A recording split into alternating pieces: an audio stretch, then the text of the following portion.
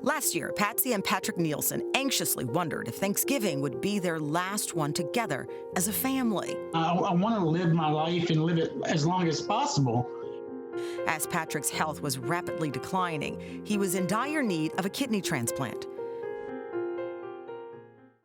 Meanwhile, just a mile away from Patsy and Patrick's home, Alan Gutcher was getting ready for Thanksgiving with his family. I was coming home from a big box store, and my wife had called and asked, "Where are you?" And I said, "I'm on my way. I'll be there shortly." As Alan pulled up to a stoplight, he noticed a car in front of him with an unusual message in the rear window. I see this SUV, and she's got vinyl letters in the back of her window that says, "My husband needs an O-positive kidney." I see her turn into a townhome complex, and I kind of glance over as she's turning in. As I'm driving into the complex, "Alan, what are you doing? What are you gonna do?" And I'm finding myself searching for her car. Literally at the very last little parking area that they had, I see her car. So I stop and I call her. My phone rang.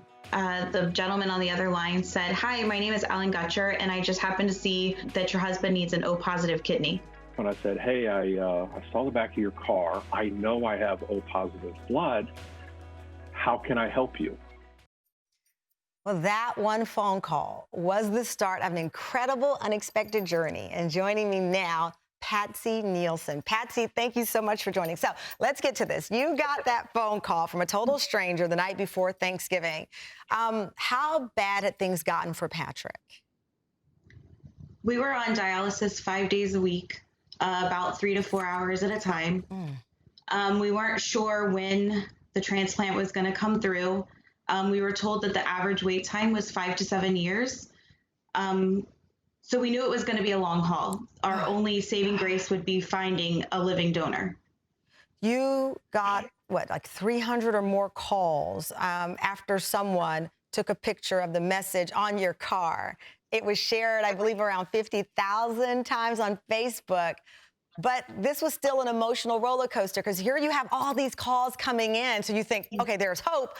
But as I understand, some people didn't realize how much it takes to be a donor. They didn't know all of the details. They reacted instantly wanting to do good, but then backed out. That's correct. So I don't know if people got scared of the commitment of giving up an organ, or if they weren't a match and they were discouraged to let us know.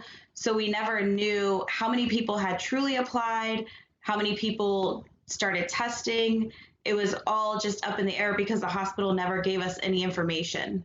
So, because this part of our show is about these chance encounters, things that people call serendipity.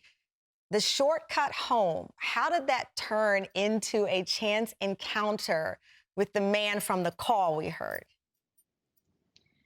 Honestly, had I known that that shortcut was going to change our lives forever, I probably would have taken that shortcut every day, to be honest with you.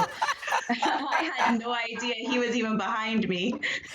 Patsy, I mean, we talk about Hail Marys. We just watched football yesterday. This was like a Hail Mary because months went by and you started to wonder if you were going to hear from this person again and what would happen. So there was this just long period. I'm sure it felt like an eternity. It did. And then the phone rang, really correct? And then the phone rang. What happened?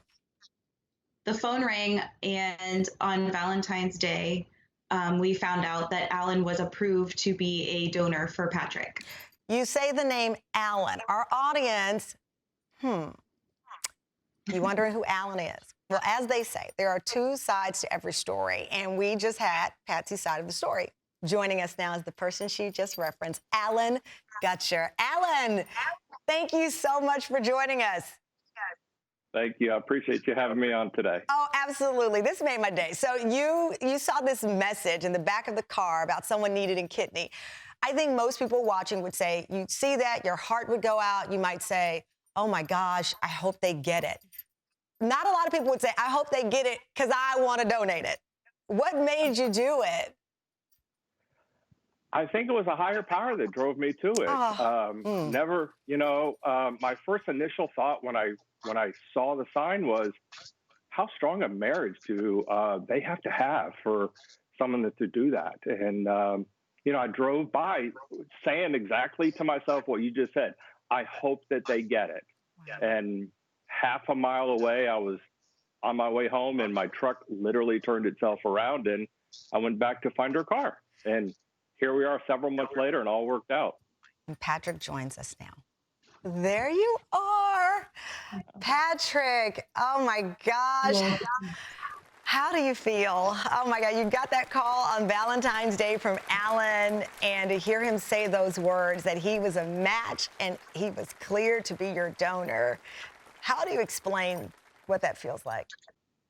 Lost for words. That's not one word that can describe it. Knowing that a total stranger wants to save your life.